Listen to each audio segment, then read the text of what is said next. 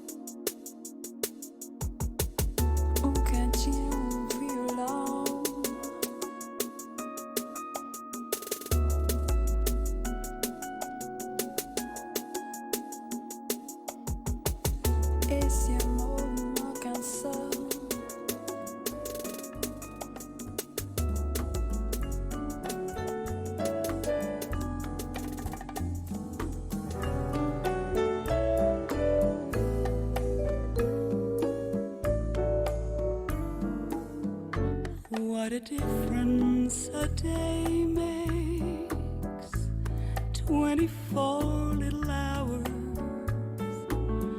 brought the sun and the flowers where there used to be rain. My yesterday was blue, dear. Today I'm a part of you, dear.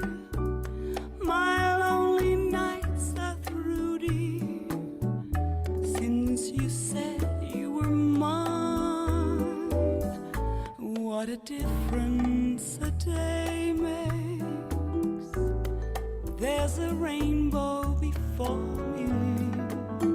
Skies above can be stormy.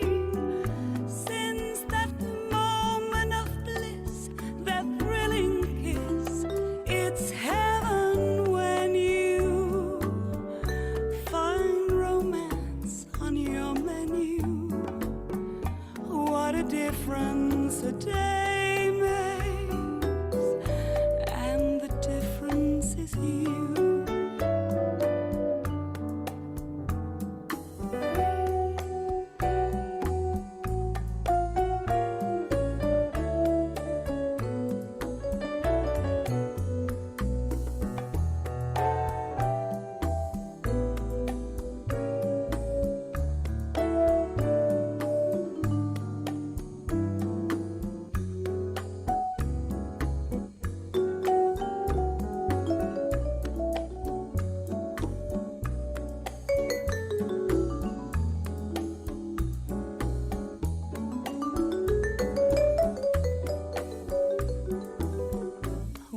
difference a day makes.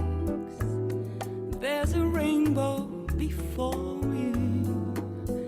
Skies above can be stormy.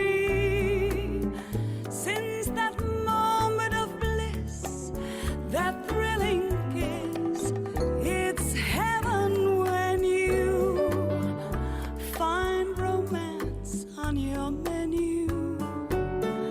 What a difference a day makes, and the difference is you.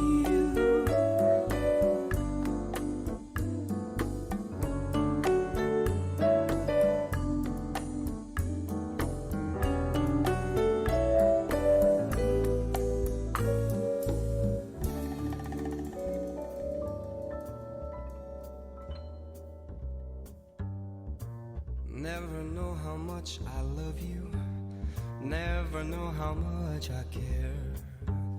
When you put your arms around me, I get a fever that's so hard to bear. You give me fever when you kiss me, fever when you hold me tight. Fever in the morning, fever all through the night.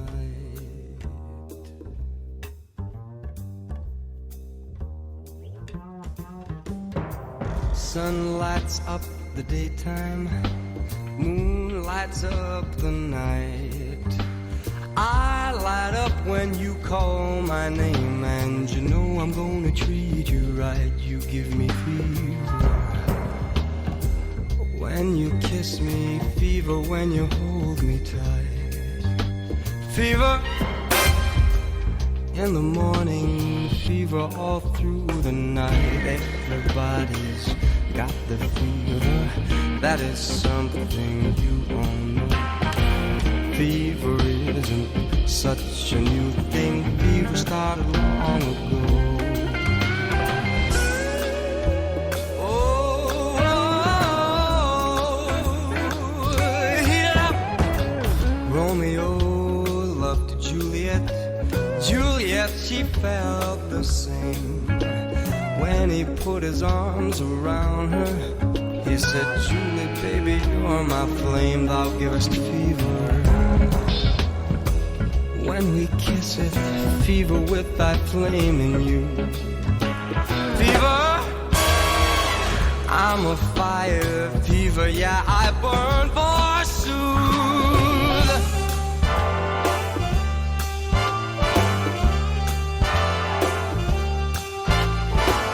Captain Smith and Pocahontas had a very mad affair.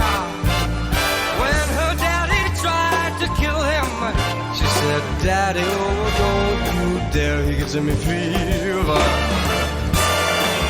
With his kisses, fever when he holds me tight. Fever, I'm his missus, Daddy, won't you treat him right?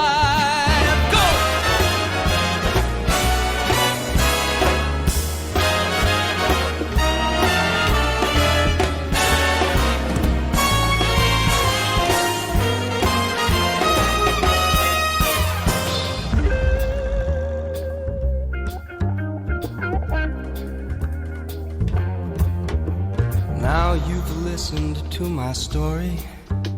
Here's the point that I have made. Chicks were born to give you fever.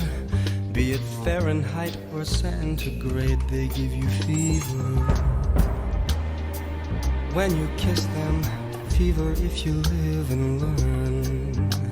Fever till you sizzle, what a lovely way to burn. What a lovely way to burn. What a lovely way to burn. What a lovely way to burn.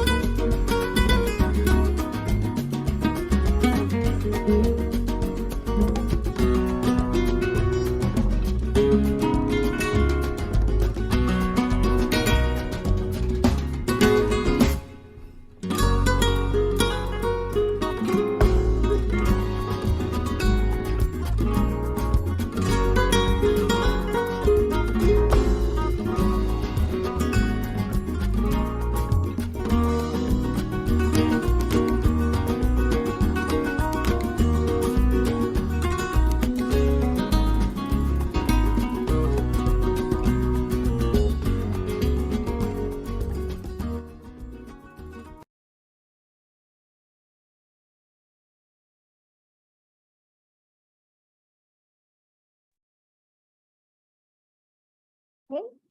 Hello, good afternoon, everyone. My name is Ira Bonros Rocabab, and I am the moderator for this lecture, and I am a full-time faculty member of the UP School of Library and Information Studies, and I'm very happy to welcome all of you here.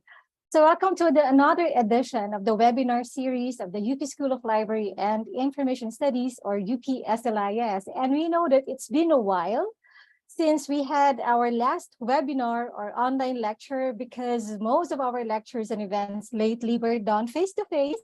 Yay, and we're happy about it. But of course, we're always here to reach out to our colleagues in the profession and the LIS and archives community by holding more events and academic lectures, both face-to-face and online, just like what we're having this afternoon. This week, we are celebrating the International Archives Week. And actually today, June 9, is the International Archives Day. The UPSLIS is a proud institutional member of the International Council on Archives, or ICA. This year's theme, in line with the celebration of the 75 years of the ICA, is #Archives United. All over the world, professionals and practitioners of the archival community come together and raise widespread awareness of the importance of archives and archivists in the transparency, accountability, democracy, social justice, heritage, history, and of course, memory. And we're very lucky to have a prominent archivist, scholar, and professor as our resource speaker for today's event. Our speaker will talk about paleography, or the study of ancient writings by deciphering historical texts and manuscripts. As archivists and researchers, this skill is very important in identifying the content and also the context of the historical materials that we are handling and studying. So if you have questions regarding this topic, please use the chat box below, and we will get back to your questions later at the Q&A portion. So this afternoon, our speaker is none other than Dr. Francis Navarro. Dr. Francis M. Navarro is a graduate of the University of the Philippines at Diliman, where he took his Bachelor of Arts degree in history. He pursued higher studies at the Universidad de Salamanca as a scholar of the Spanish government, where he took his doctorate in archival studies and documentation. Aside from being an assistant professor of history at the Ateneo de Manila University, he is also the director of the University Archives, which includes the archives of the Manila Observatory and the Philippine Province of the Society of Jesus. He also gives classes at the Loyola School of Theology, where he teaches church history. In 2018, he was awarded by San Beda College, where he finished his elementary and high school education as the Most Outstanding Bedan in the field of arts and culture.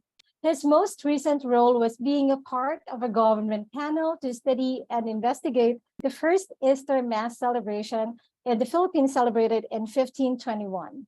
Dr. Navarro is currently serving as the Vice President of the Society of Filipino Archivists. So I know you're all excited to listen to his talk. So ladies and gentlemen, Dr. Francis Navarro.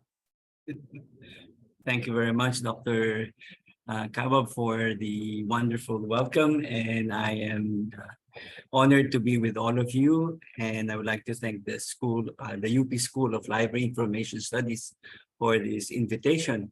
As you can see, I am broadcasting or zooming in from the archives of the Ateneo de Manila University, what we refer to as our heritage room, or what we call the Blue Room. Okay, where we showcase the history of the Ateneo since 1859. Now, I've been invited to speak to all of you with regards to the study of paleography, its importance, especially students of archival studies or the library studies. Okay, you will be encountering historical documents that you might be asked to take care of. And one of the things that you would have to do is basically, aside from taking care of them, and that is to also be able to make use of them to your users by translating them. And in order to translate them, especially if these are centuries old documents, and I'm referring to Spanish documents in the case of the Philippines, so that you may be able to share them, by understanding the intricacies of the writing system as it evolved through the centuries. Okay, and so that is why the task of the paleographer is really very important. We are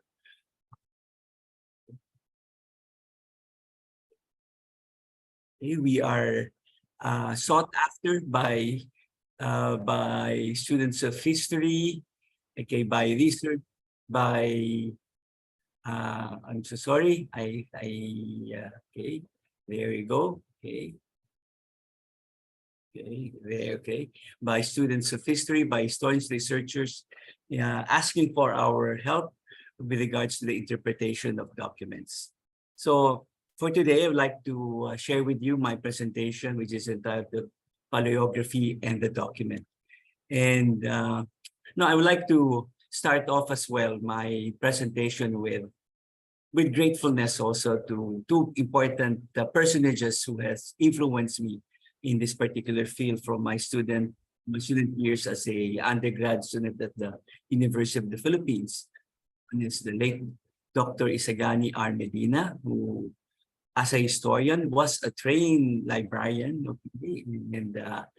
And through him, I learned the cataloging, the bibliography, and all of these things. Okay, and of course, they were very useful in my studies as a student of history, and also Father Jose Arcilia of the Society of Jesus, who used to be the archivist of the University Archives as well, and also the former archivist of the Jesus. Okay, so he's 97 years old already, but his works on history and Latin and Spanish paleography are also very useful. So the field of paleography is something that is it is becoming known now in the Philippines, because a lot of our students now are looking towards the archives to look for sources.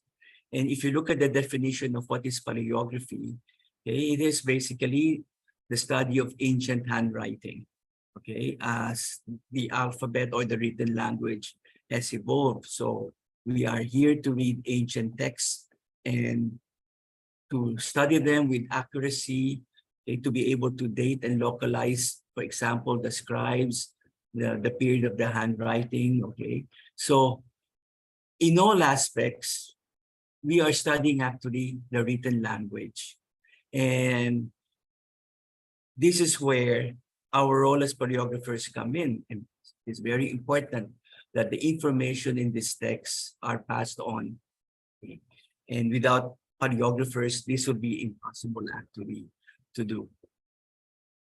So again, if you look at the basic definition of paleography from the Greek word graphos, meaning writing, okay, so from the time writing was developed all the way up to the present, okay, with all these documents now surrounding us, okay. So we look at these sources written on paper, written on parchment, written on papyrus, okay, from a given period of time, and we translate it for modern use. Okay. And again, because of this, we work from the back, we work in the background, so that we are actually supplying information to those who will be able to transform them or to narrate them for general use. So I've given you more or less an idea of what is paleography and more or less what do we do. So as I mentioned earlier, okay, paleographers, we learn and we try to understand new dialects or languages. Okay, That is why, you know, one thing also that I would like to emphasize, and I will also repeat this later on, is that a great advantage, especially in the case of the Philippines, is for us to be able to know a foreign language. And as you all know, based on our history, with all the millions of papers or documents that are in the National Archives, Spanish is a very important language, okay, Spanish.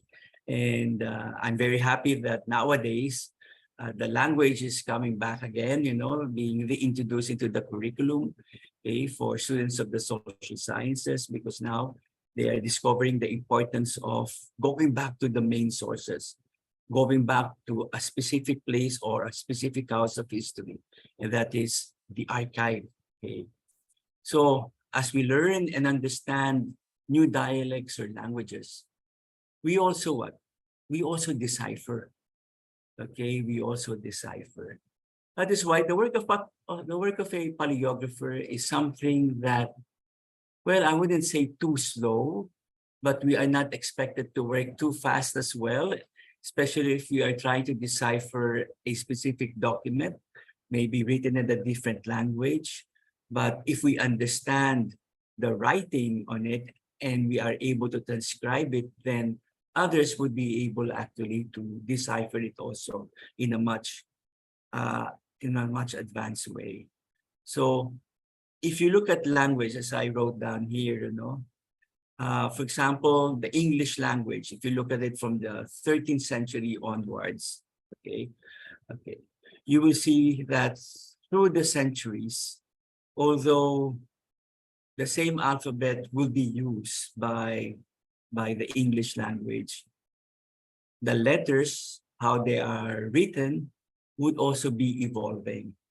And this is basically the task of the paleographer, is to decipher it, because a letter A could be written in a different way in a previous century, and then in another place where the English language is also used, but they write it in a different way.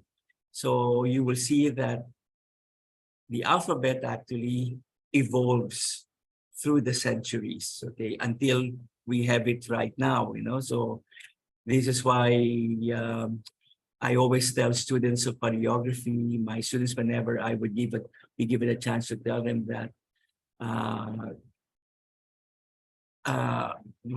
and I will say this again later on, that to be a good paleographer, you have to be patient, very patient, and also at the same time, be able to continually study the system of handwriting in order for you to get used to it. Okay?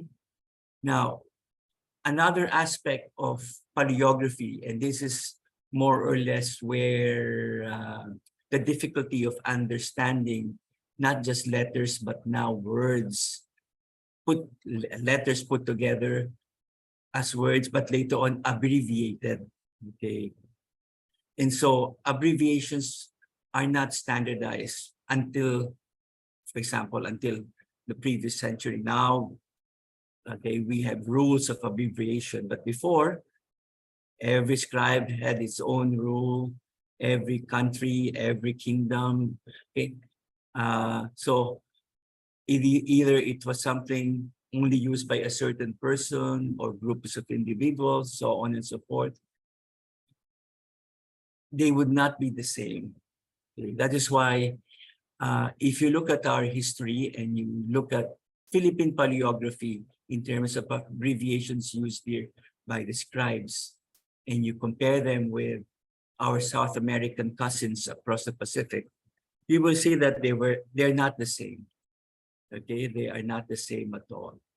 Okay, although we are looking at the same word, the abbreviation would be different from one place to another. Okay, and again, if you look at the Spanish period of almost 350 years, okay, with the American continent and in the Philippines and another colony in Africa, and you see that there will be different kinds of abbreviations even for the Spanish language. Okay, so this is where the task of the paleographer is also transformed with complications. Okay. Now, as we move on, because when historians or students of history go to the archive, they think that it's easy as asking for the document, the legajo or the bundle, and you open it and then your answer is there. Not necessarily, okay? Well, I would not even say not necessarily, not at all. It's not easy at all.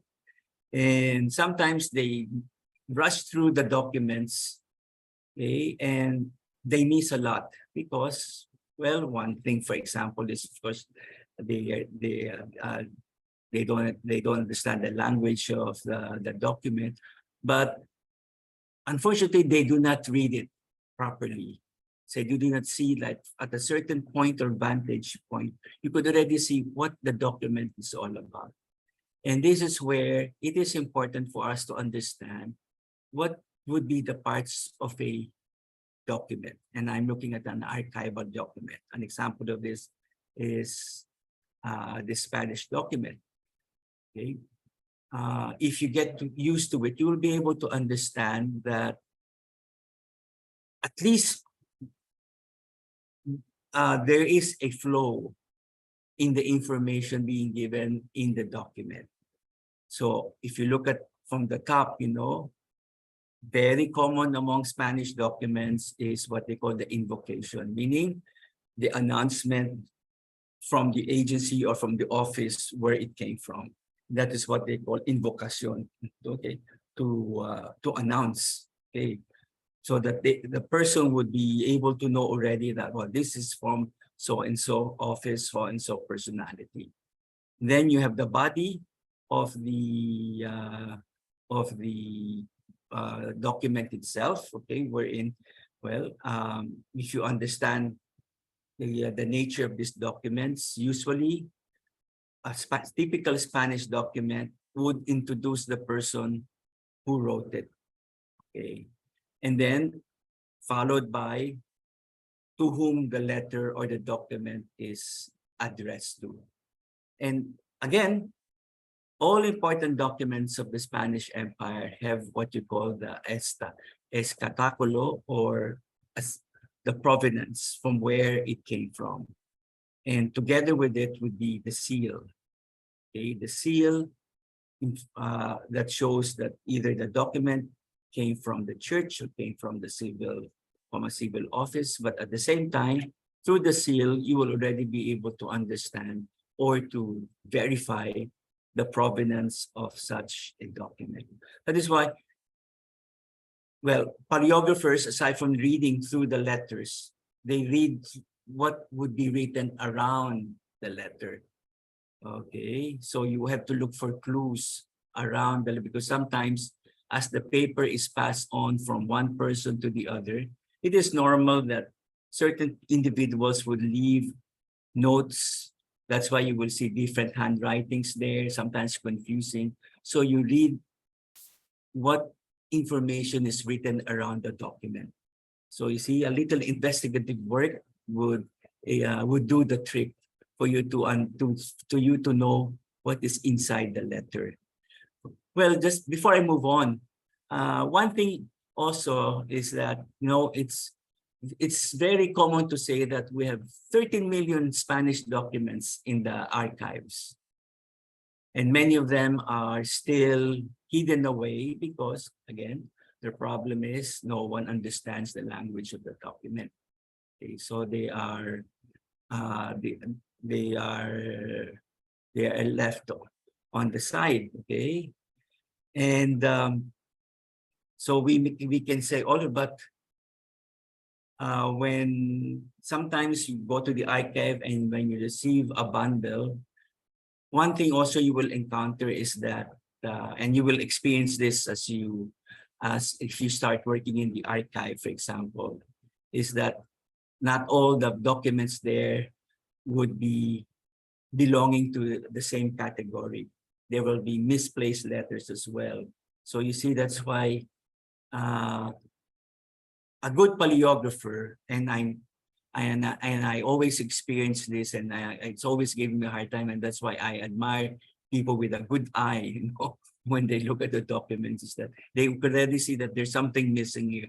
This is a different handwriting, so it means that there's another part of the document also could be displaced in some other bundle. Okay. So again, it is an exciting field, but at the same time could be time consuming. But again, one of the virtues of a paleographer is, again, being patient, and also ability to study and study and study until they remember, or they ingrain, the knowledge of how different letters were written down. So, as I already mentioned earlier, like what is a paleographer, and now let's talk about what would make a good paleographer. Okay. So I mentioned earlier that, well, a knowledge of languages is important. And in our case, in the Philippines, it is Spanish. Okay, it is Spanish. Well, I always tell my students that if I had known I would be going to Spain, I would have studied Spanish very well, but I had to study it the hard way, okay? Because I had to learn it and relearn it and rewrite until I'm able to at least to understand it more, like a lot more better than how I studied it years ago but thank God I survived the language. So it depends also, okay, maybe in the future you'll find yourself in a different country working in the same field, then a knowledge of that language would be very important, okay? Some students ask me, is it good just to have a reading knowledge? Yes, reading knowledge is very good, but having both reading and speaking, a good level of speaking it makes it excellent. It makes it really, really very good. Okay. So another thing is that a paleographer, through continuous study, would be able to familiarize himself with the various writing materials used during the centuries. Okay. So by continuous study, continuous practice, he would be able to, just with a simple look, be able to understand and see the difference of the style of writing that he is looking into.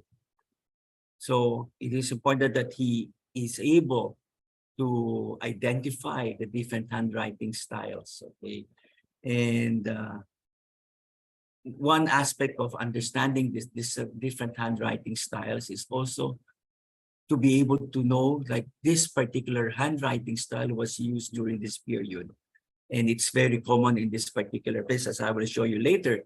That's why the different handwriting styles were called like the Germanic, the Italian, okay, the courtesan, okay, all of them from the, so you know that it's the German style, the French style, and the Italian style of writing, okay?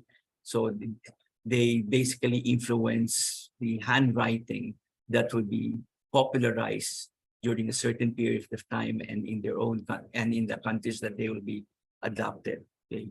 Now, as I mentioned earlier, abbreviations. So the thing with abbreviations is that, as I said earlier, they are applied differently in different countries. But being able to remember at least, okay, how these abbreviations would be written, not necessarily the handwriting style. What would be the abbreviation for example, Francisco, okay? The abbreviation for Francisco, if you see an F, a letter C, and letter O, for example, you will already know that that is a Francisco. Okay, well, based on my experience, I could already say, okay, that is a Francisco. Jose would be just a J and an E. I mean, but in some countries, it may be different. Okay, so you have to be able to recognize them. Well, if you get to recognize them and you go deeply into it, and you see the same documents written in the same handwriting, you'll be able also to know like who would be this well-known scribe who was able to write this. Okay, so that's why when you look at the history of printing, the history of books, sometimes you will see the same person, okay, or group of people coming out in a different place, in a different time, okay? But because they were able to popularize uh, a style, okay, of writing and abbreviation. So that is when you are able to pinpoint in these individuals, okay? And there are many of these individuals who would later find themselves in well-known places in historical studies because of their contribution. So, what are the problems? Okay, so I've mentioned already languages. Okay, so in the case of the Philippines, for example, and I basically wrote this based on my experience working in the archives and in the context of the Philippines. Okay, one, reading knowledge of Spanish. Okay, our unfamiliarity with abbreviations used in Spain and in South America. Okay, they're very archaic. Okay, as I've said, no singular abbreviation would be the same. And if you look at the Spanish language, it will actually only be in around 1744 when the royal language of the Spanish language was, the Royal Institute of the Spanish language was established, that they started, what you call that, popularizing authorized abbreviations that will be used throughout the Spanish Empire. Okay? Well, we have to give it to the Spanish, okay, since they had a big empire. And if you have a big empire, it means you have you have problems. You have to deal with record management, record keeping. Imagine how many documents, okay, would be coming out if you were a king running a large empire. And so it was really exciting when I had the experience of working in these archives in Spain, because not only were they so many, they were also well conserved and preserved for the modern user. Okay.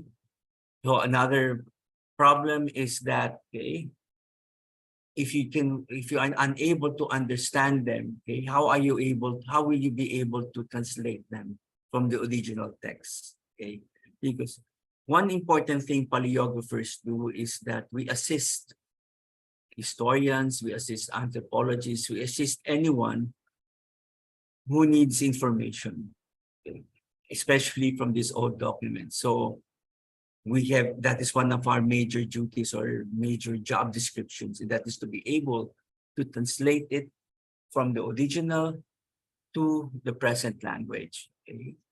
And of course, you've seen this, you know, what will you be able to translate? What can you translate? What will you be able to use for your paleographic study if there are no documents? Okay, so it is important to really take care of them. And in the context of the Philippines, because we are in a tropical zone, of course, we have to take care. We have to take extra care or extra care of our documents. You know, like that's why a very important field, and you are students of the archives and the library, you understand in terms of collection management, you have to prevent them also from deterioration, from being destroyed, you know, and from insects to termites to temperature, to against water, against fire, and of course, the number one enemy of our documents would also be people, just like us. You know, if you do not know how to take care of them, handle them well, they will just deteriorate. One thing I do like about my experience in working in the Spanish archives, that when they give you a document, and especially if it's a thick document, they also give you a small pillow a pillow to put the document on top of it, so that you see it's stretched out, but it's on a large pillow, okay, so that you will just have to handle it really very carefully. So I said, wow, that's a good idea, no? Introduce the pillow in the archives for our documents. Okay. Now, as I've said, since we are dependent on what is written, and I would like to pass through this for you to understand that in my studies of the archives, of course, in the context of the Philippines, there were only 3 kinds of paper that were used inside our archives, okay, especially those printed here. Okay, so the parchment, vellum, and paper. Okay, so these were the most common writing materials that are found in our archives. Okay, so for example, we have parchment, which is actually the animal material, the animal skin. This is specifically used for important materials, important books. And when I look into our collection here and I see some of the old dictionaries written, covered in animal skin, and we have some dictionaries here covered with carabao skin, for example. See the old dictionaries, and you will see that they are all well preserved because, well, parchment is a very expensive writing material, and even up to now, it's still very expensive. Okay, another one is vellum.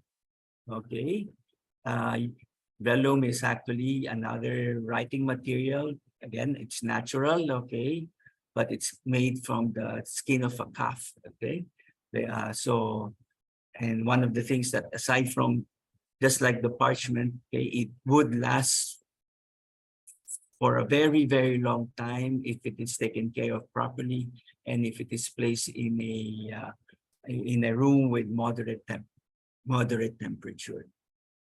And of course, paper. Okay, the most common one, paper. Well, in the Philippines, when people ask me, did you have paper? Yes, no, thank you to our neighbors, the Chinese and the Japanese, who introduced paper. And later on, okay, and as I was making this study years ago, okay, when they introduced the mulberry tree, or what we call the lapnis, we also began producing our own paper. Okay, and this is where this is the material where the vast majority of our documents are written on. Okay, the mulberry, okay, or what we call the lapnis, which is still very common. Paper making now is as a luxury, okay, but before, well, it was not just. It was really very important because you cannot document an empire without paper. Now, the kind of ink used, okay, even Rizal used this, no, even Marcelo del Pilar used this, and this is the iron gall ink, very common ink used by writers because it is not expensive. Okay, when I see the popularity of the fountain pen becoming widely used now, even by students. Okay, and while it's very good because your handwriting is improved with the use of the fountain pen. Now, and all the different kinds of ink that are available now in the market. Okay, the iron gall was the most common one. And what distinguishes the iron gall ink is that it's really very high in mercury. And even though if you have a very good paper, if you use this ink, the ink could easily destroy the paper.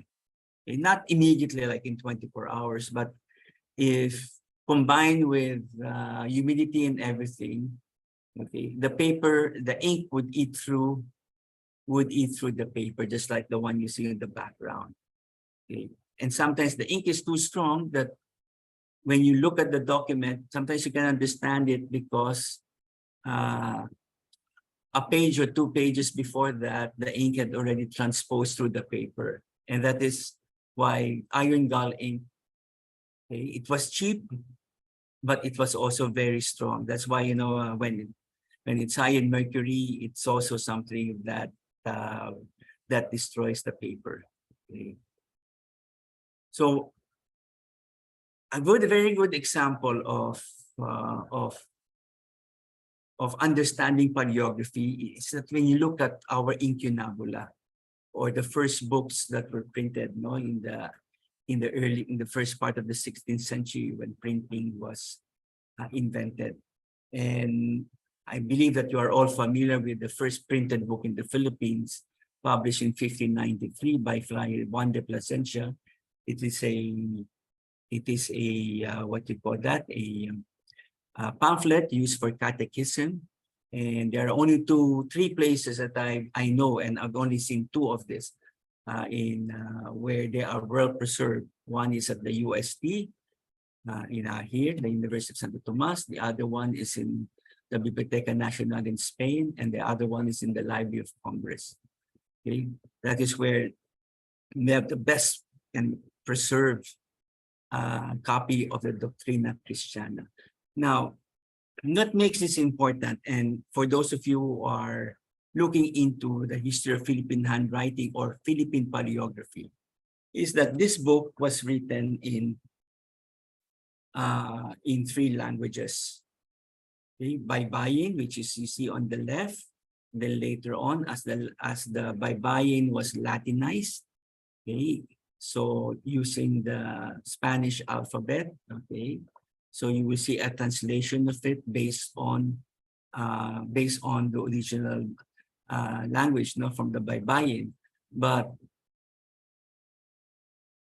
if you are to study Philippine paleography, this is a very good example of what we can get from our study of our knowledge of indigenous Philippine paleography. Okay?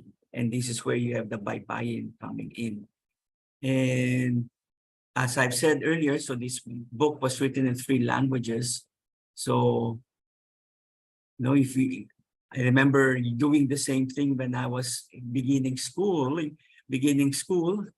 years ago. Yeah, okay, where you like pronouncing the ones on the left, okay, the alphabet, you know, and then this the system of education or catechetical education used by the Spanish was simply understanding the language and then using the language, okay, to reach out to the people.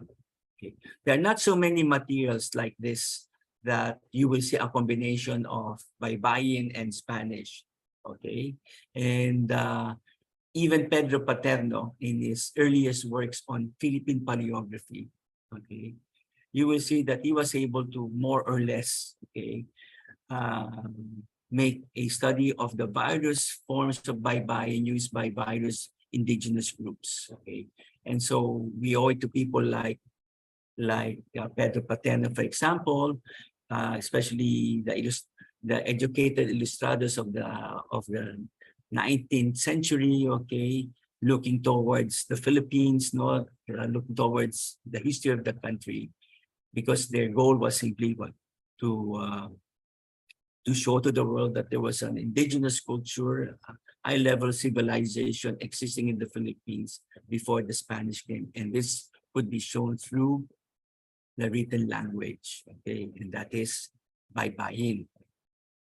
Now, if you have a chance to go to UST, I would suggest you go to the archives, and you will see 2 sets of documents. And one set is this one, which was in 1629, and that, as I've said, it's very rare to see now Spanish and Baybayin put together. But you will see here examples of the Baybayin, okay, combined, used with the Spanish, and this was actually used in the selling of land and in the granting of land titles. Okay, so you will see these examples at the University of Santo Tomas. Okay? They're very rare. Okay, but again, let it not be said that we did not have what we call our own written language, and that there's nothing to write about Philippine paleography. Yes, we do have our own indigenous paleographical study through the study of baybayin. Okay. Now, previous to from what I said earlier about the first book, another old book again would be this one, which is a catechetical book, but it was basically used for catechism for the Chinese population in the Philippines. It is considered as the second oldest book, following that of the Doctrina Christiana. And of course, when you look at Philippine paleography, you will see that even the Chinese written language would also form part of our paleographical studies. Okay. I'm giving you an example of how rich our indigenous paleography is, you know, compared to that also to the Spanish, except that there are not so many materials that exist to show that it was once like this before. So, as I will explain later on, you know, when you look at the baybayin, for example, if this particular written language had really survived, okay, through the centuries, then imagine, for example, how rich also our culture would be when we talk about ethnic paleography, indigenous paleography. Now, going back now to the Spanish documents, okay, you will see that the documents that we have in the Philippines would be, aside from the millions of documents that we have, they will spread through the period from the 1560s all the way up to the end of the Spanish colonial regime. Actually, even much further than that, because the golden age of the Spanish language reached all the way up to the 1920s, okay? But just to show you the state of our documents in the Philippines, some are in very, very good condition. And this is why, if you look at this, even though you are not a student of Spanish, the language, you will be able to read through it, okay? And of course, one thing you have to understand about the scribes who wrote, not all of them also were good writers. They may be, you know, that they may be scribes, but it doesn't necessarily mean that they were very good scribes, okay? Some of them, as through my experience, you will see that could not even spell words correctly. But since they knew how to write, they were hired by the civil government, by the court, to write for them. But this is a very good example from the year 1883. Okay, talks about the laborers in the town of Cabugao. Okay, so the names and the jornada, or the number of hours that they work. Now, very good condition. By looking at it, you know, for a student of paleography, especially Spanish paleography, it's something easy to read through.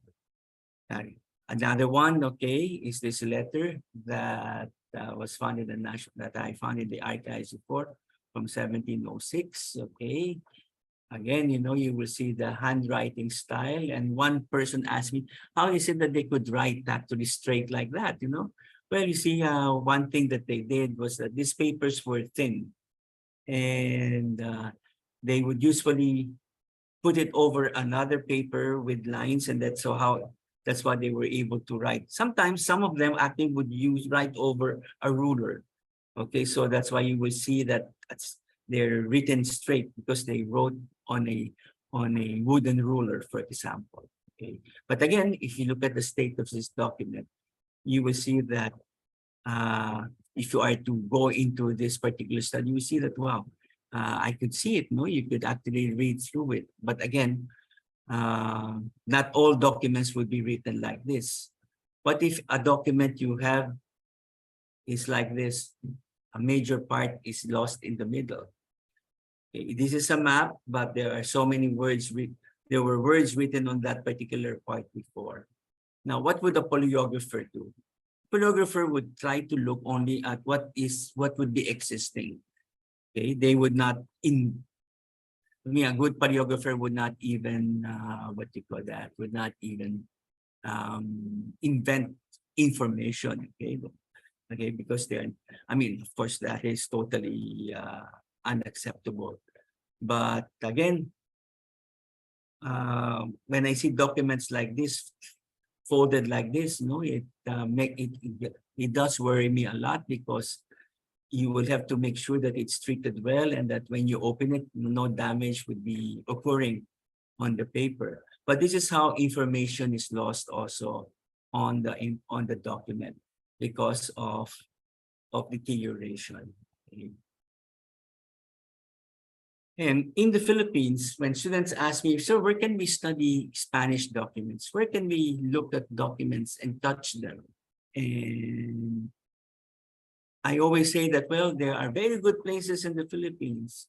You can go to the National Archives, where they have the millions of documents, as I mentioned earlier, inside their storage. The archives at UST of the Dominicans, okay? And there's another very important archive of Dominicans located at San Juan, because they were not destroyed during the Second World War. When Manila was being destroyed during the liberation, this part was saved. Okay. Well, I'll give you an example. In the case of the Ateneo de Manila University, we have, when people ask us, okay, do you have a complete listing of all your materials? We cannot say yes totally, because 1932, the museum, the library burned down at Intramuros. And luckily, a lot of the documents pertaining to the Jesuits, okay, the letters and everything, were on the other side of the campus across the street, and they were saved from the fire. So when they moved to Faura, a few weeks after the fire, the same documents that were saved would eventually get lost again during the liberation of Manila. It's hard to answer with a yes. Okay, do we have a listing? Okay, and it is fortunate that we do have a very, very complete listing of our students from 1859. Okay, because they were not in the Ateneo. They were located at UST at that time. Okay. And that's why when people come here, sir, do you have the grades of Rizal? We say, no, we have a copy of it, but the original would be at UST, okay, where it is stored. So another good place is the Ayala Museum, okay, and library at Makati. Okay. And here at the Ateneo, I invite you to come and visit us, okay, to see our collection as well. And well, it's no longer in Pasig, but the Lopez Memorial Museum, which used to be at Pasig, at the Ortigas Center, was a very good place. I spent many of my good years as a student studying there. Okay, and now they are located at San Juan. Okay, so these are the places where you can actually look at the documents. Okay, study them. Okay, but nowadays, of course, because of digitization, we do not look at the originals anymore. We look at the scanned copies. Well, of course, you all understand that this is a way of preserving the original from constant usage and everything. And then, of course, you let the user use only the scanned copy. Okay. Now, moving towards now the different handwritings. And this is what a paleographer would always encounter. And I'm showing you the different kinds of handwriting that were so common between the 16th century and the 19th century. Okay. Okay. So you will see here an example of handwriting called the Italica. Okay. Well, you will see, well, as a paleographer, I can say that, well, I can see the letters or the words are spaced away from each other, which makes it easy to read. Okay. At the same time, well, if you look at the Italica, and the Italian style of writing at the time, which became very popular, especially during the 16th to the 17th centuries. Okay, you will see that some of the letters were already are very clear already. But if you look at the 1, 2, 3, 4, 5, the fifth letter, envia and fue, you will see envia, well, to send, instead of a V, the letter used was B. Okay, so enviar is to send, but here it's envia, letter B, not the V. Well, this was very common because there was no standardized usage of the letters yet, especially in the area of orthography. Okay. But you will see the letter F, fue, okay. So that's very common, the letter F, okay, in everything, okay. But you will see also that letter F there in the first line, and then if you go to the second line, the second word from the left, okay, you will think that Functus Padre, but it's not an F, but it's an S. So you see that the letter F and the letter S would be the same in terms of how it is written. But to answer that, probably you have to look at the word, not the letter. So you will see now, so from fue, now you will have Santo, so S, Holy Father, Santo Padre, okay, Santo. So you will see that, well, this is something that paleographers check and double check. That's why translating should not be done hurriedly, because you really have to look into the word if you are doubting, for example, the letter itself. Okay, I remember someone from Hong Kong asked me for assistance. Well, a friend of mine. He said he's been trying to decipher this word and for 2 hours already. Now, when he asked me to look at it, I did not look at the word, just at the word, no, but I looked at the words around it. Then I saw a rabbit, conejo. And then I looked back at the word, and then I looked at the other words around it. So it turned out that the word he was trying to decipher, okay, and he couldn't see the letter V because he couldn't see that it was a V as well. It was vaca, cow. So at the end, I told him in like 5-10 minutes. He said, no, it's a V. It's vaca y conejo. It's a cow and a rabbit. Okay. So again, well, I'm not saying very good, but if you are familiar with it already, if you are familiar with the rules and with constant study, you get used to the words, the letters. Okay. And that is how you see, for example, how people are easily able to decipher the word and the letter. Okay. Oh, sorry. There we are. Next one is the redonda. From the word round, redonda. Okay, redonda. This is something that was introduced in Spain. Okay. If you look at it, it's like, wow, I can see the letters clearly, but you have to read everything, because the problem with the redonda, it's not the letters, but it's the word, the spacing of the words. Okay, so that's one thing also that paleographers look into. So the spacing of the words. Now, if you look at the first word, arzobispo o obispo, if you look at that, if you follow me, in the Spanish language now, the cedil or the C there, ARC, with the cedil at the bottom, that is not Spanish, that is French. Okay.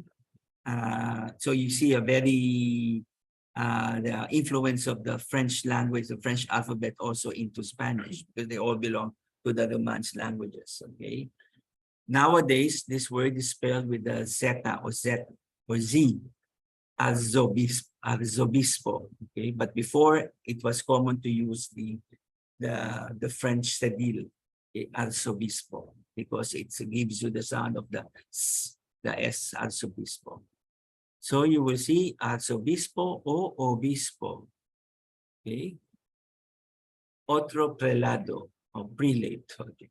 So it's easy to understand the letters, but you have to look at the words because they're all put together.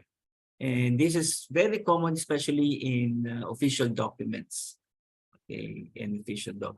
By the way, handwriting, the style of the letters emanated from, or always emanated from the court.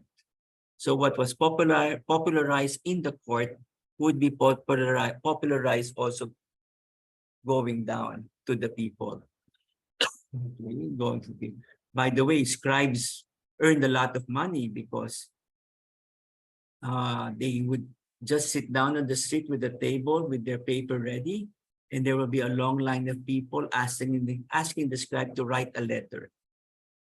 So they could not write, so the scribe wrote for them, and then the scribes are paid. So you see, that's why again,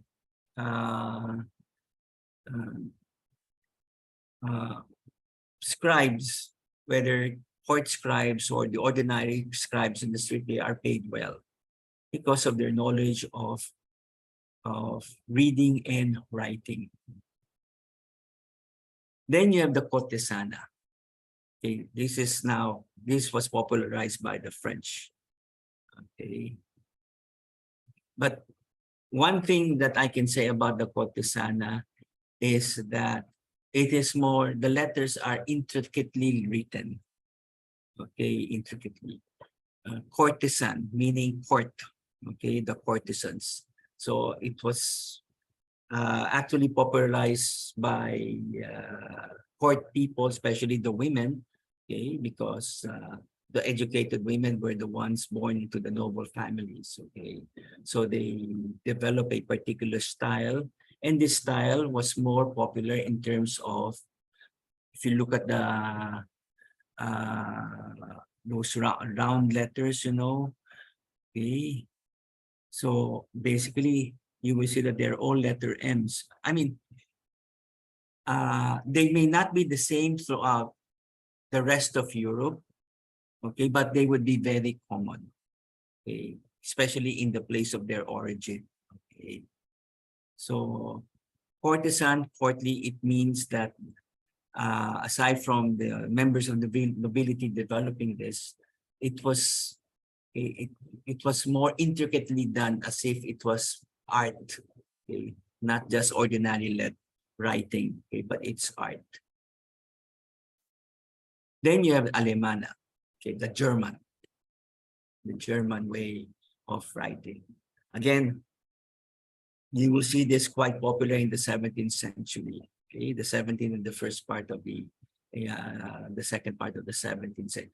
Now, it doesn't mean that as new handwritings or letters were introduced, the others were simply put away. No, what happened was that they will all be mixed together. Okay, so what would only be popular would be popularized as this when the time came. Okay, so you will see the influence of the Germans, okay, what we call the Aleman. The Alemana. Big letters, stronger, but you will see that the Gothic twist is adopted here. So we'll see that it's very Germanic. Okay? This was very popular, especially from Germany all the way up, to Scandinavia. Okay. You will see a lot of this in royal documents in Spain, okay, in the lower part of Europe, okay, lower parts. But in general, okay, not everyone actually would be able to also use them, because ordinary handwriting in the street would simply be the ability to what? To send a message and that person being able to read it as it is. So it doesn't depend on the style. So most of this would be written only in what you call that, in official documents, civil and church records. And then the processal. And I always tell my students that this is like the doctor's handwriting. Okay, why processal? From the word process. This was something used by the government, especially in court, by the judges, by the notaries. Okay, why? Because they have to write. As you know, as countries develop, as empires grew, as I said earlier, they would millions of letters would come out, millions of documents would come out, but at the same time, as they have an empire, they're all busy. They have to write fast. That is what they call. That's why it developed as the processal, and this became so popular all the way already into the 19th century. Okay. When I look into some of the letters of Rizal here in our collection, I see the great difference when Rizal is in a hurry or when he is relaxed. Because you will see Rizal relaxed when his handwriting is so beautiful. But when you see that he is tense or in a hurry, you will see his handwriting practically like this already.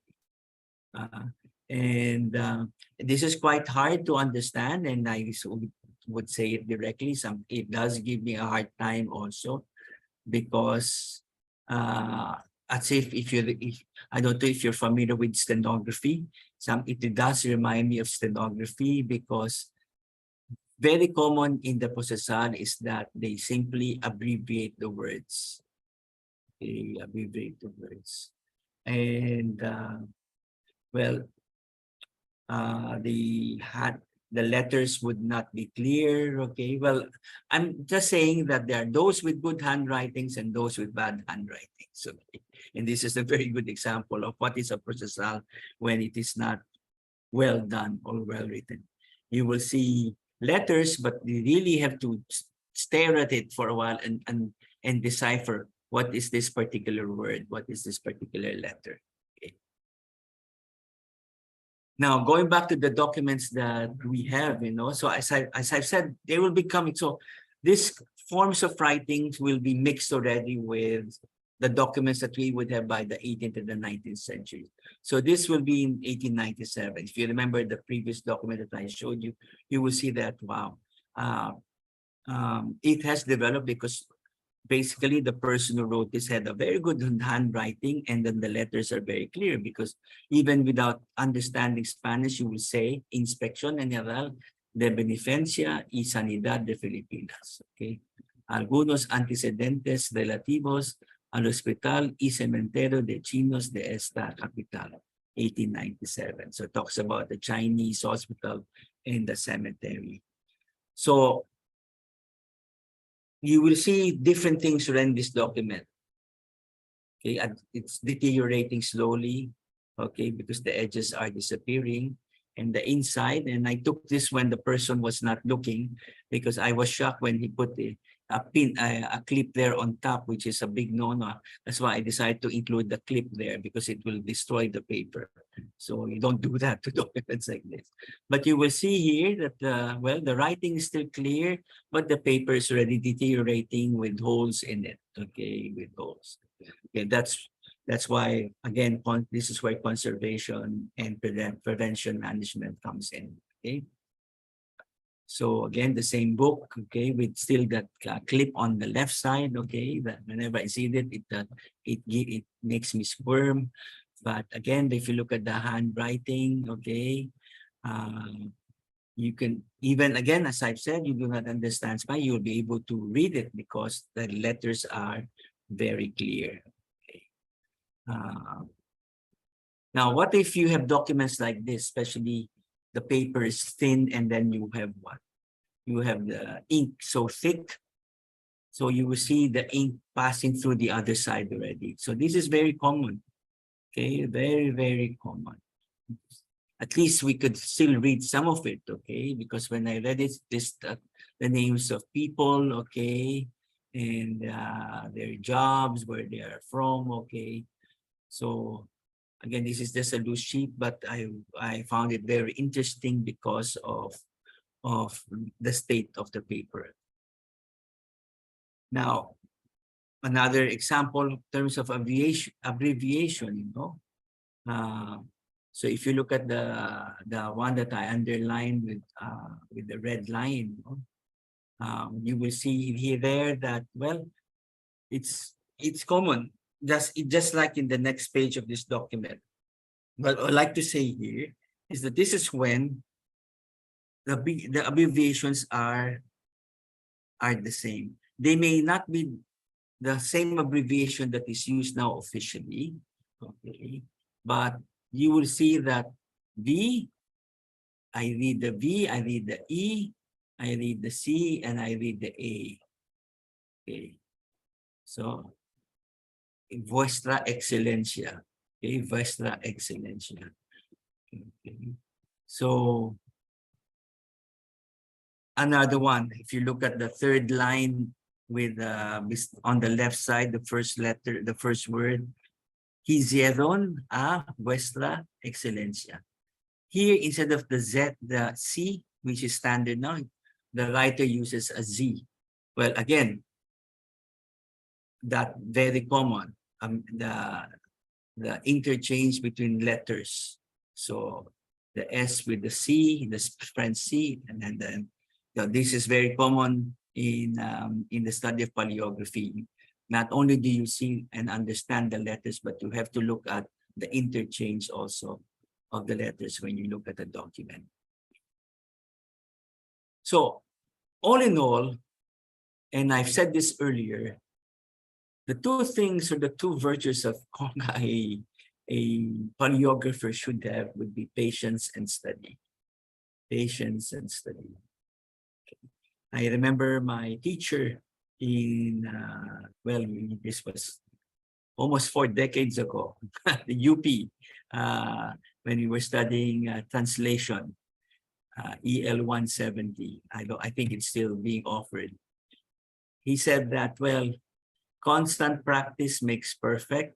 And he corrected. I said, no, that is a constant correct practice makes perfect. So if you constantly study by looking at, as a paleographer, by looking at the handwriting styles, familiarizing yourself, okay, later on, it will something that will come out naturally out of you, like that you will, like, you will, by looking at it, you will be able to decipher it already. That's why patience is a very good companion of study, because it doesn't take you overnight to learn it. It's actually something that you continually do every day, or even for the rest of your life.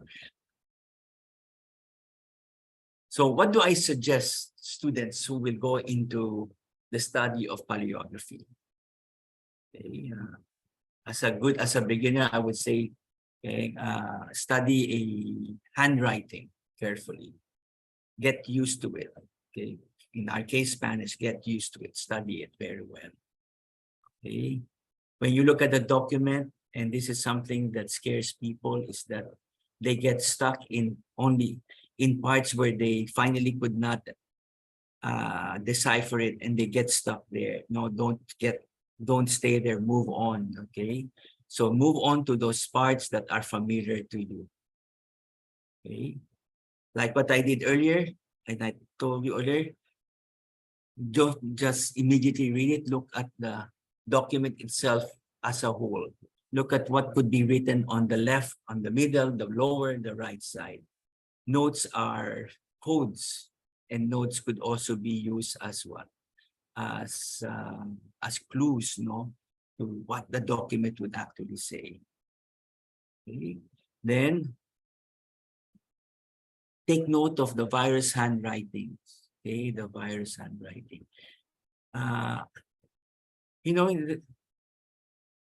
One thing you will experience if you work in the archive, look at documents, is that you will find the same document, the same words, but written by a different person, but practically within the same date as that of the original. When you see the first document, so they would be passed on from one office to the other, because it was standard during that time that documents are copied for safekeeping in where their office, where it would be landed, and then they make a copy to submit it to the other one. That's why you will see more than sometimes 5, 4, 6 copies of the same document. Okay, and you will be surprised at why are there several copies? Because they were passed on from one office to the other. Next is you compare the letters. That's why up to now I still keep a chart beside me, an alphabet chart, a paleographical chart, and I will show you that later on. Okay, as paleographical chart that at least familiarizes me with the letters. Okay, if I had to look at it again to study it, look at the curves, so I do that. Still up to now. And you have to have sources, consult sources. Well, we still do not have books locally published here about paleography, and fortunately, they are published in other countries, okay, and especially in countries where paleography is actually a field that is taught in universities, okay. So consult the sources, okay, even though they are written in different language.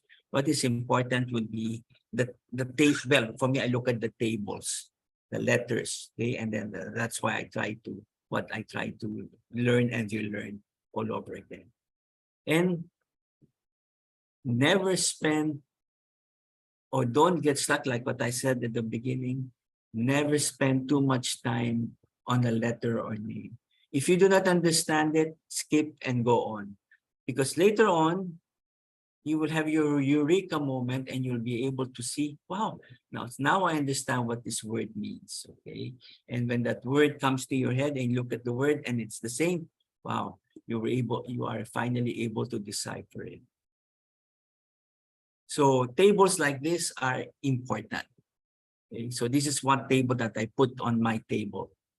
I always look at it, okay, because it shows me a general feature of the letters as they evolved through the centuries until the 17th century. Because by the 17th century, 18th, 19th, more or less the letters are already fixed, okay, except for the writing. So you see, when proper orthography would be introduced, that's when they would already be permanent, okay, unless they are changed. So they could be universally used, okay, especially in Spain throughout the empire. So top again. So this is a table of the alphabet in capital letters.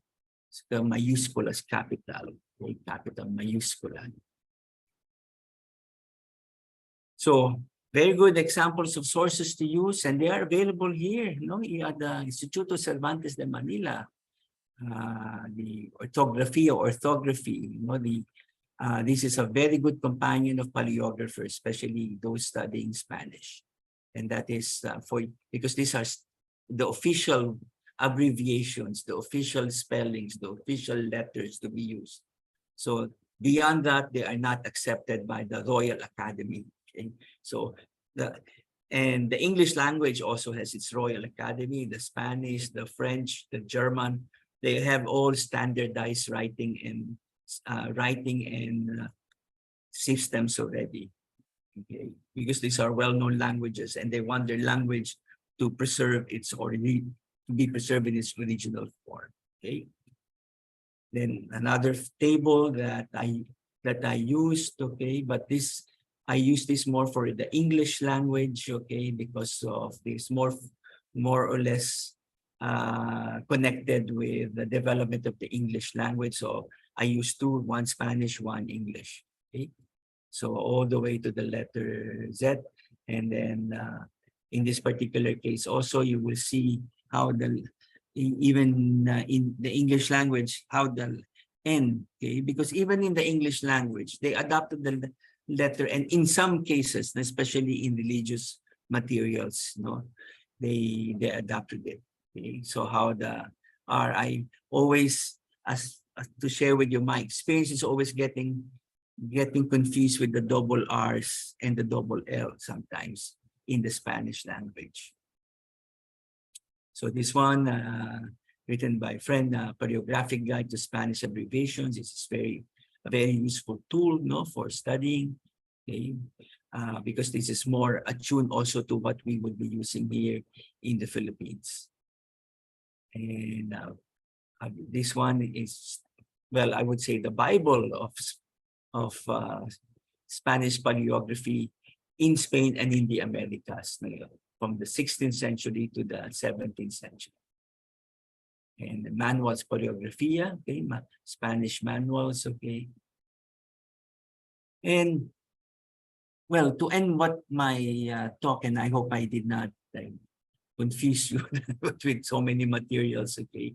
But you will see that as I quote these words from one of my favorite archivists, Maria Elena Bidlesca from Mexico. I'd like to end my short talk with you with these words, from her.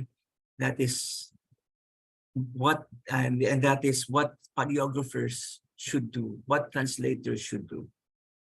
So he said, read with calmness and attention to detail, avoiding anxiety or worry. Read each specific document word by word, avoiding the trap of confiding solely on your memory and knowledge of similar texts and phrases. Take into account all written elements, no matter how minimal they appear. Even the most insignificant mark may have transcendental importance. You should investigate what it means and why it was placed there. Long and difficult text should be read several times until you have a complete transcription. So thank you very much, and thank you for bearing with me. And I hope to see you one day here at the archives of the Ateneo as well. Thank you.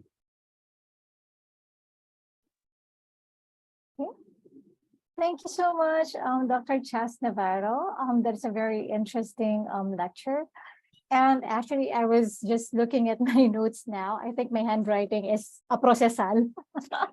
sometimes I cannot understand my handwriting anymore.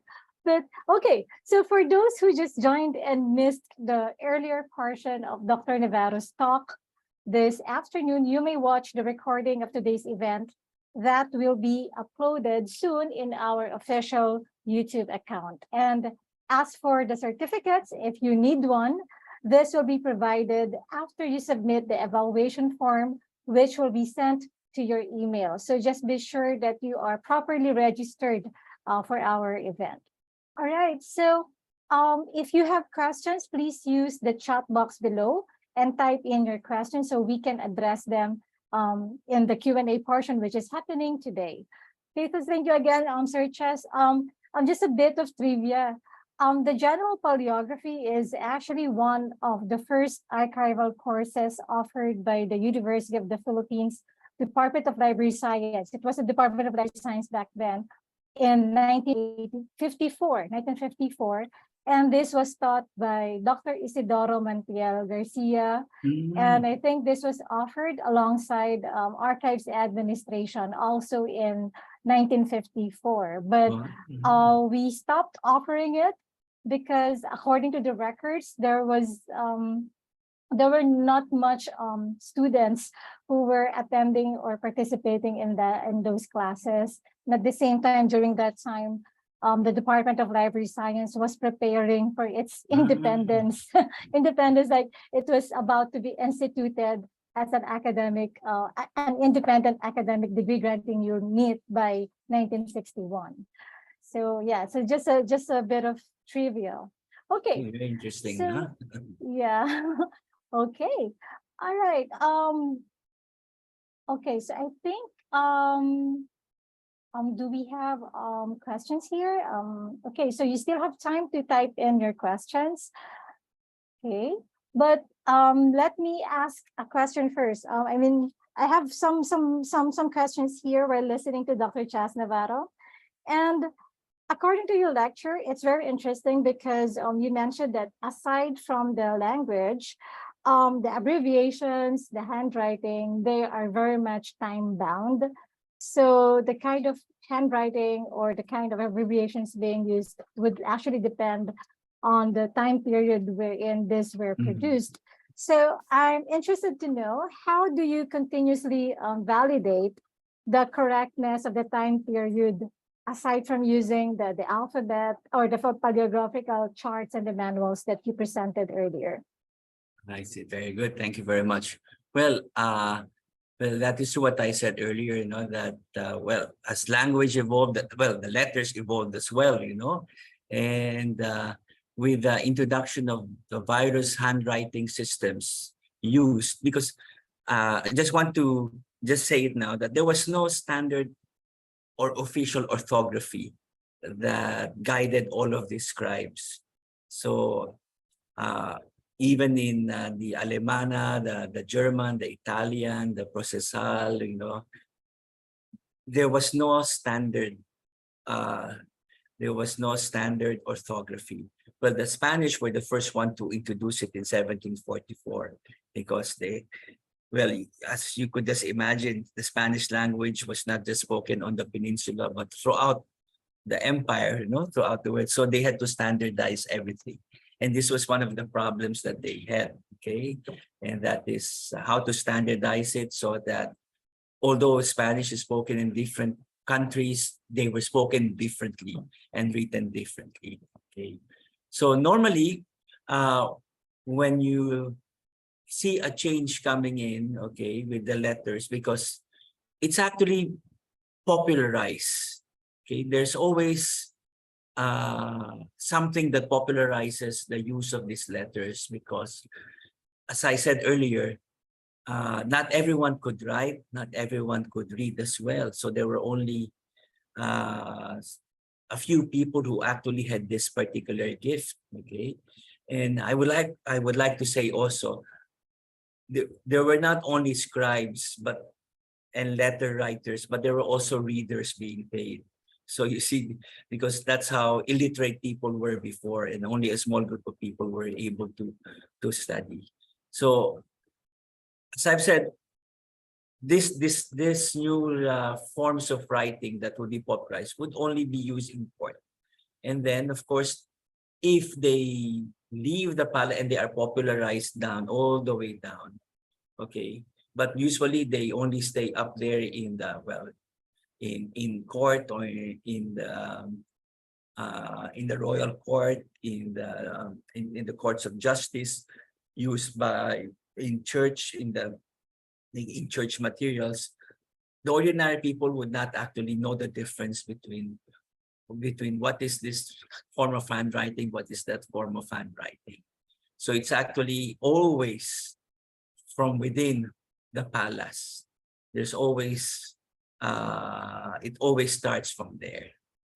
That's why when I say that these are the documents that I usually found in the archives in the Philippines, is that when I look only at, and this I say when I look at official documents, okay, official. But you know, if you look at ordinary letters, the ordinary person would simply write, okay, but it does not necessarily that they have to follow certain rules of writing.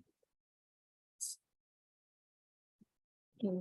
Thank you. Thank you for answering my question. Actually, we have another question here. Yes. I think we have two questions regarding AI, artificial intelligence. So what do you think are the opportunities and the threats posed by AI to paleography? So that question was raised by Dan Dorado, our faculty member also of UPSLIS, and another question by one of our MARM students, Julie Nealega, regarding AI as well, like what could be the other forms of technological advancements of AI that could help paleographers like you nowadays. So the first one is the threats and opportunities and the tools that can be used for that can be used by paleographers.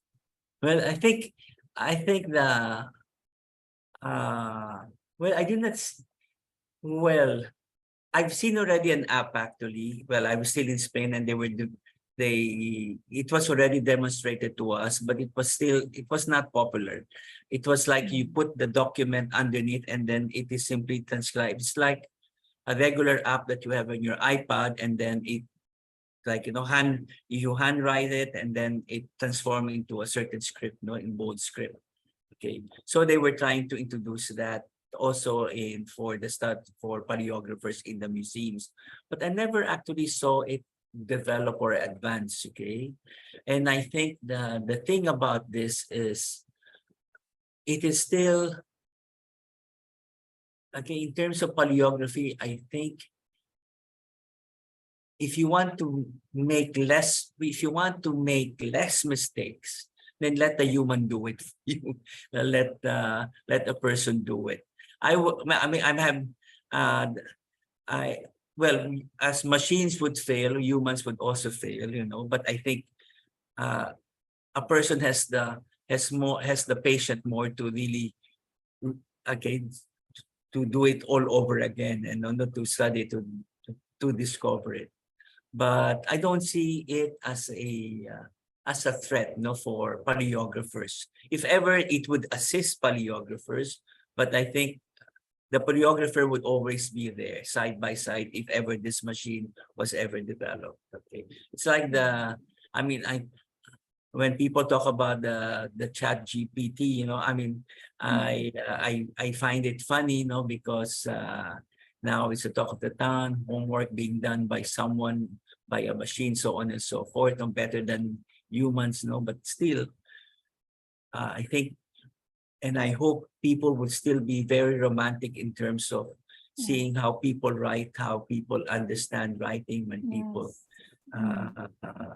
use their hands, and print, and so on and so forth. I don't think that will ever be lost from us. Yeah. Yeah, the romance of touching and feeling Yes. the actual manuscript will always be there. That's correct. Yes. All right. Okay, so we have another, it's a comment here from Rusty Leon Beltran. So thank you, Sir Francis Navarro. Here in the Visayas, University of San Carlos, Cebuano Study Center, they also offer the use of library online and on-site by scanning and digitize archival documents. And as a BA history major, it is crucial to take in doing archival research. Yes, of course. Thank you for that. We have another question from Levin Matriano, another MARM student. Hello. Our Master in Archives and Records Management students are very actively participating, so thank you. How different and how much more difficult or easier is paleography for Philippine manuscript music sheets written in Spanish? And are there resources available for such? Well, I will look at music sheets just like any other document, okay, because they're one and the same, okay. So I don't. Maybe the only difference would be the notes, okay. But the notes of the music. But I think, but still, I will look at it as one equal document, just like a letter, example. So it's the same as a music sheet. Now. Where are these sources available? Well, definitely, I would point you out to UST if you want to look at old music sheets. Yes. UST.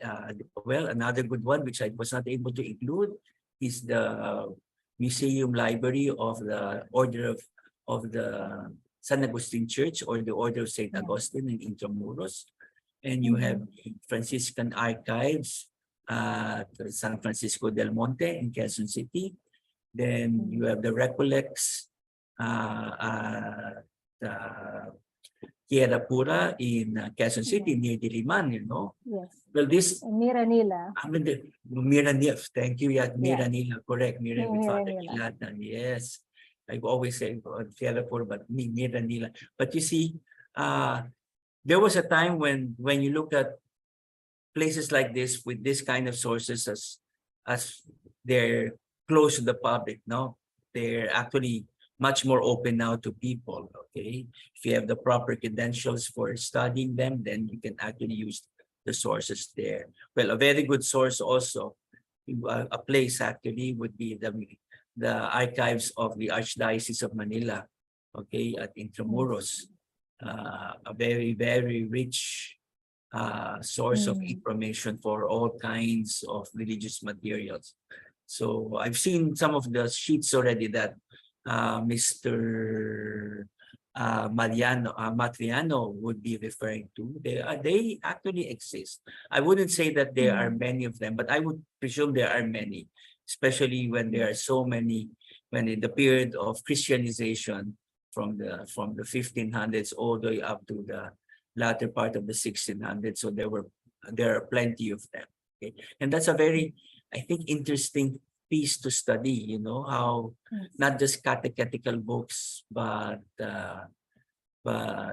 songbooks, for example. So these are, I think that would be quite interesting to study.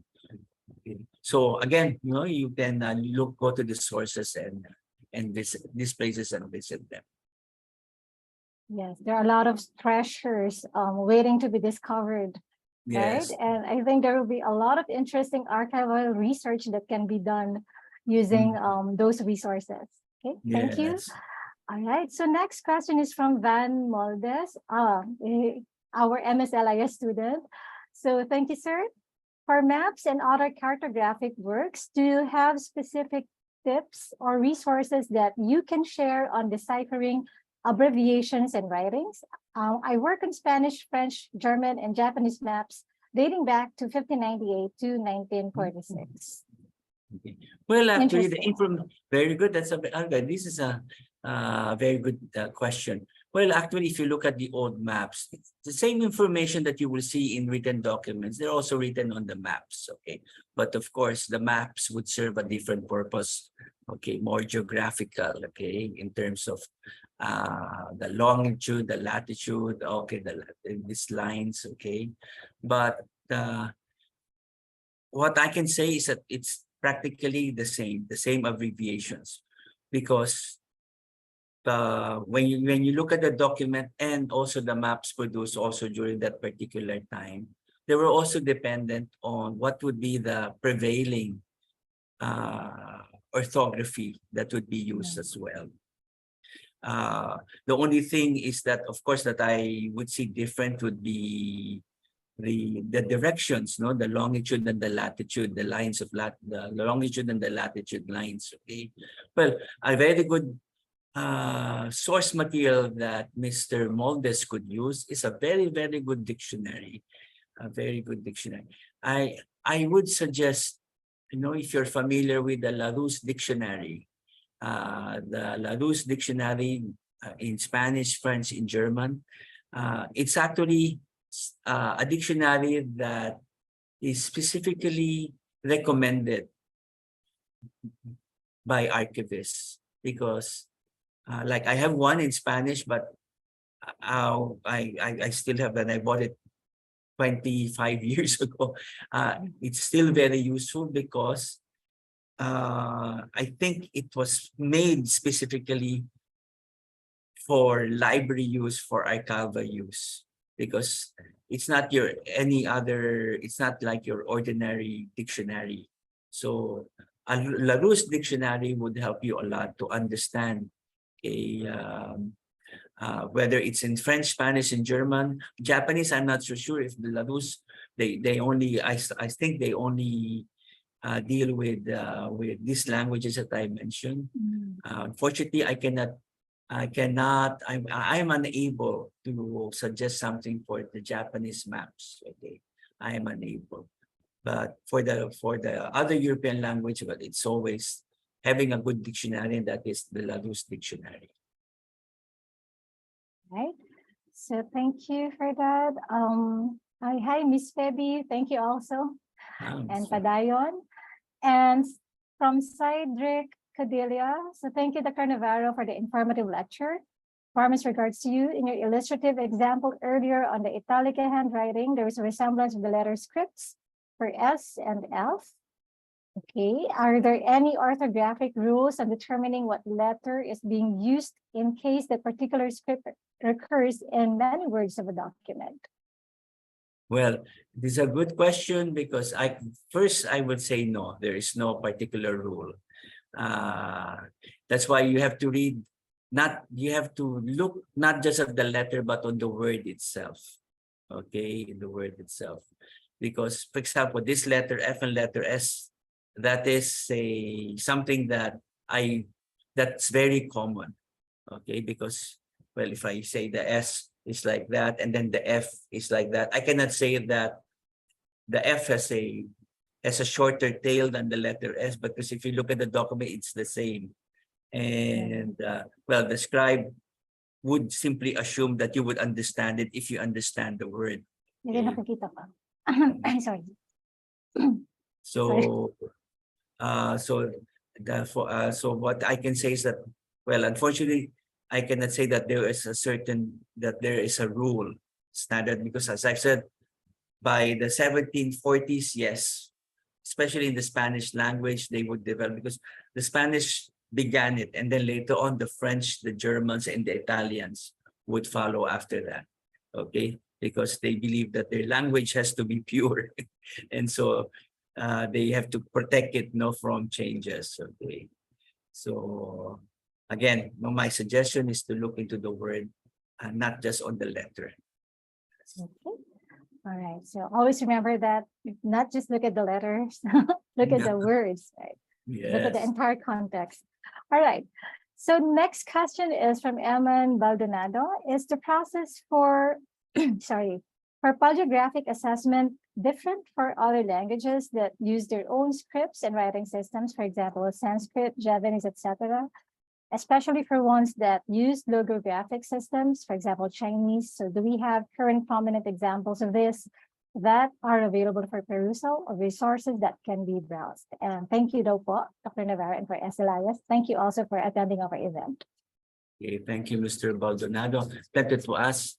Are you the son of my old classmate? But I don't know, so I will not, because I haven't seen this name for a long time, Baldonado. So, but anyway, thank you for this question. Well, actually, I would say the same principle is used as well, except that, of course, when I look at Sanskrit, I know Chinese, these are more complicated because I cannot understand the language. It's different if you understand the language, okay, because that gives you a different perspective. For example, Spanish is something that I am familiar with, but when I read French and I read German, because they are written practically using the same letters but pronounced differently, okay, I'm still more or less inclined to understand it more because I could understand the letter. But I believe that the same principle applies for Sanskrit, for Japanese. Okay. But of course, we are looking at, unlike the German, French, Spanish, they all would come from one family, Romance, Latin. But in this particular case, you will look at this language separately from the other. Okay, so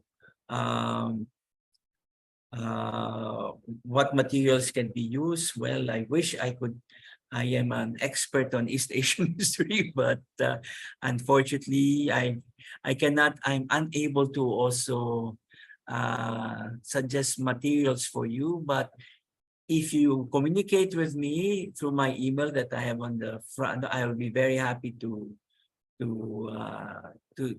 check it out for you. Because now it's also caught my attention as well. Yes. How these other languages are studied, because if you look at paleography is very European. It's not. I see it as very European, instead of that. I'm not saying that it cannot be applied to the other languages, but since its origin is European, okay, I don't know if for example, in Java, in Indonesia, for example, they would have, definitely they have their rules of orthography, okay, because it's such a big language spoken by so many, just like Sanskrit as well and Chinese. We're not talking about a language of 100 million. We're talking about hundreds of millions of people understanding the same language. Okay, so the approach would be different. Okay.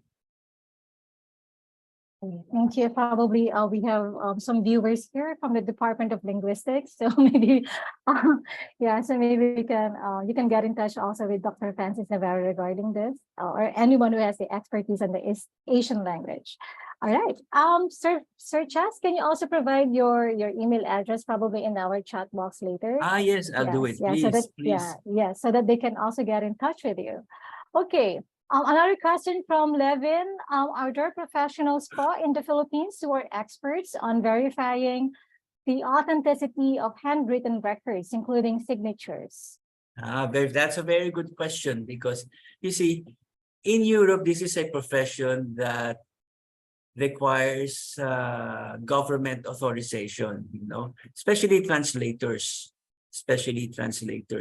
They have their own official numbers. So you cannot just go and have a document translated and submitted for official use. So it has to be translated by government, like in Spain. In the case of Spain and in the European Union, this is standard because translation is considered a profession. In the Philippines, it is not. Anyone can translate it, So when people ask me to translate it officially, I would say, unfortunately, I would have to ask you to go to the Spanish embassy, for example, or to the French embassy, if you want to have an official note attached to the translation. But I assist people when they say, can you translate this one paragraph of me? So that's a different thing because it's not official, okay? But you see, there are also people who are even in the of course, like studying signatures. Of course, that is something that you need experts to do that, to understand, to verify if this letter was written by this person or not. In my case, when I look at the letters of Rizal here, I would see, familiar. This is Rizal, this is Rizal, this is Rizal. But sometimes I would just stop and look. Maybe at this particular day he had his right hand was bad because he wrote differently or he signed differently. Okay, yes, but there are experts. Okay, and some of them provide authentic, like certificates of authentication. Like, a good friend of mine passed away a year ago, Santiago Pilar. He was, I think, and still is the only one who could actually authenticate works of Juan Luna, for example. So, but he passed away last year, a year ago. Okay, Santiago. I don't know if someone has succeeded him, but he was for many decades the only one. Okay. So there are people existing, and so this is their work is very important, So normally you will see they will authenticate a painting based on if the signature is right. That's it. Okay. Yeah, that's correct. Paleography really goes hand in hand with archival diplomatics. Yes. It's about how you can check the authenticity of a particular archival document. So I think we really need more people like you, Sir Chas, to do this thing. So probably we can train or have a new breed of paleographers in the coming future, in the next coming years. And it's a quiet field, so. It's a quiet field. Quiet field, yes. Yeah, we'll make it noisy. Okay. Quiet field in the sense that it's enjoyable to work in you assist people in their research, Yes. You do this, you do that, and then, at least in a way you're doing research also. Yes, Because you that's true. look at the primary sources, and that's one Yeah. of the advantages of people in this field. We see the primary sources themselves, and that makes us more, excites us to work with them. Okay, we have no more questions left in our chat box, but I have one last question for you. Yes. So what is the future of Philippine paleography? There is a wide future for it because someone already asked me 2 years ago to work to us. So let's work on an encyclopedia of Philippine paleography, an encyclopedia. But the thought of it excites me, but the thought of it also scares me. But we haven't started yet. But we haven't talked about it. But it was something that we talked about before the pandemic. Okay?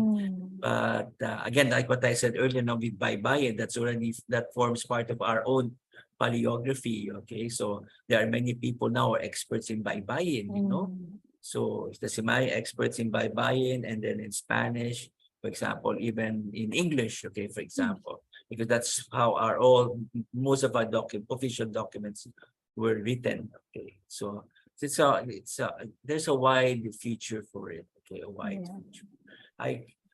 I mean the thought of even just having a manual of Philippine paleography is already worthwhile to do. Yeah. Okay, a manual of Philippine paleography, because there are some historians who have studied it, but okay, because no one understands the field, what is the importance of paleography, but many of our historical issues have been solved by simply translating documents. Okay, and because of that, we were able to solve mysteries, and some of them still unsolvable even up to now.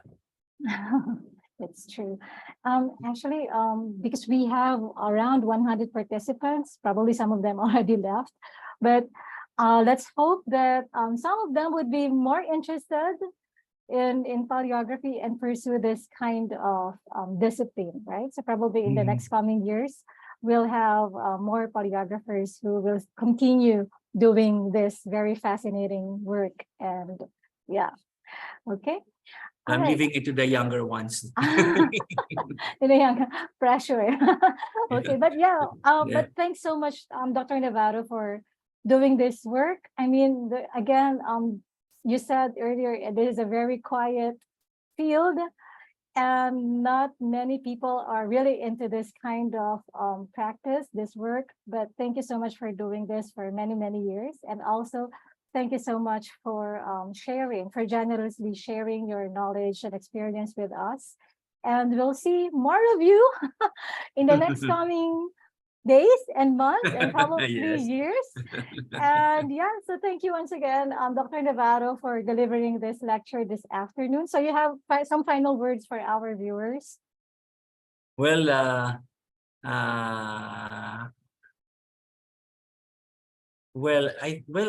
how would I say? So I said earlier, it's we are leaving it to the young ones. You have all the advantages of modern technology now and more to really go into this, okay? And you will be able to assist more people through what you are learning right now. And I'm very happy that the field of librarianship and archival studies is becoming very popular in the Philippines, okay? And especially at UP, for example, with the institute there. Okay, so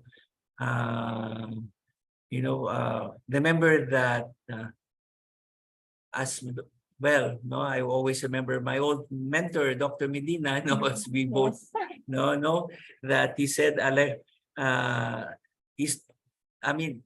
people do not know that librarians can solve a lot of things. And if they do not ask the help of a librarian or an archivist, they will never know the answers to their own questions. So I would like to just leave that thought that, it is now, the torch is being passed on to you, with now it's your time to be able to do the things that we were not able to do now, because that we are unable to do now. Thank you. Yeah. Thank you, Dr. Chas. The future is bright. And of course, we still have you to guide us. And again, thank you. Thank you so much for sharing your knowledge, your expertise, your experience with us. And we're looking forward to seeing you in our events and more work to do for us. Yeah. Thank you, Sir Chas. Yes. Thank you very much. Thank you. Thank you. And thank you for having me. Yeah, thank you. Okay, so for just some announcements, if you're interested to apply to any of our graduate programs at the UP School of Library and Information Studies, specifically the Master of Library and Information Science, the Master of Science in Library and Information Science, or our newly instituted Master in Archives and Records Management, application is ongoing until June 15.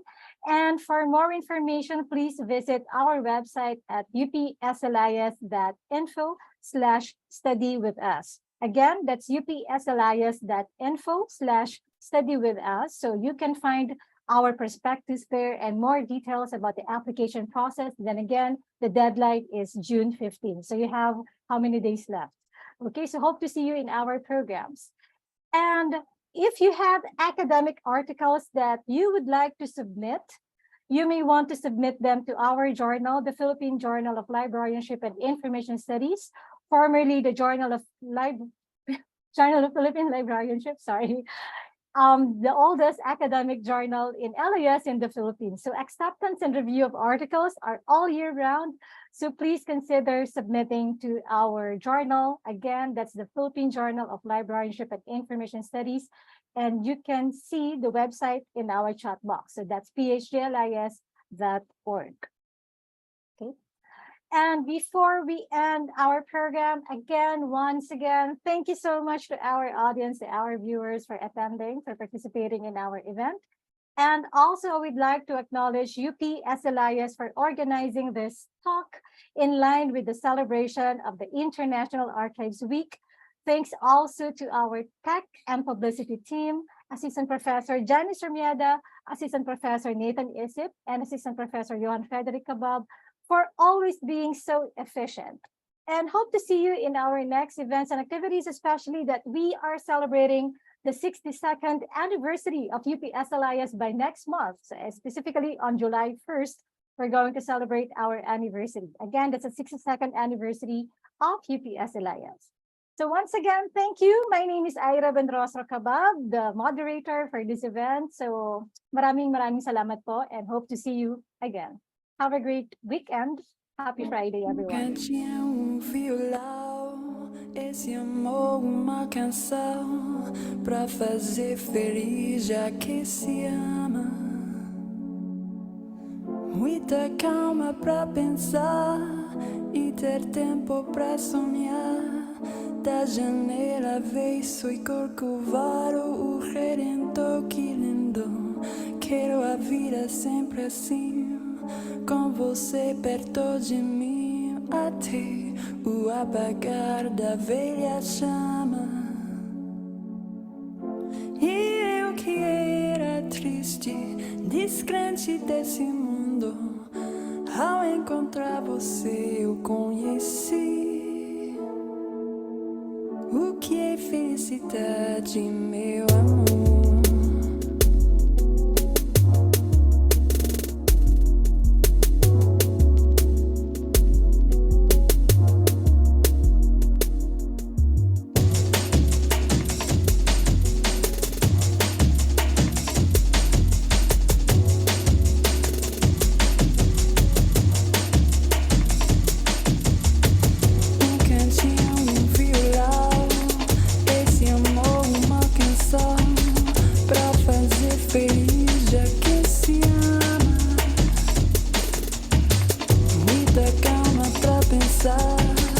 E ter tempo pra sonhar.